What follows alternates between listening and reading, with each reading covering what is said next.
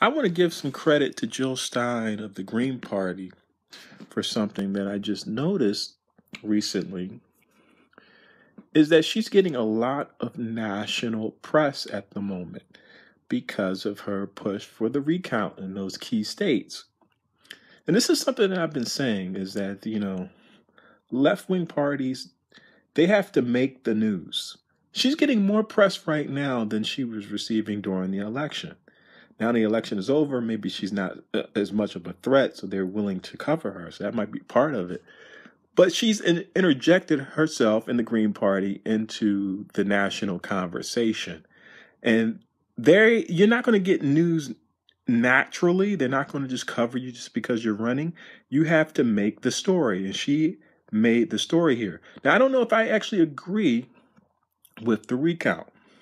I'm not against it, but I don't know if I agree with it because I don't know if there has been enough evidence for wrongdoing. But as people that are proponents of the recount are saying, it's like it won't do any harm to do it. I mean, if there's no wrong doing, then the recount will show that. So there's nothing for anyone to be afraid of unless they have something to hide. So, but it's also maybe some people might be against it because they see it as political theater and they see it grandstanding and trying to destroy Trump's moment as he right before the electoral college, trying to influence the public discussion and all these other things. So they might be against it just for other reasons other than corruption.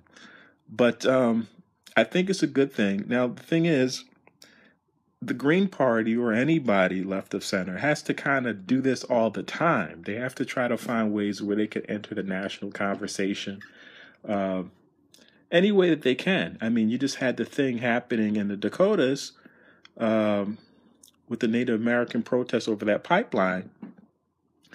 That's things like that. You can enter that discussion, public discussion related to those type of issues that people are attracted to, and try to assist or also explain how your policies, how these things would be handled differently if you had the ability to make changes politically.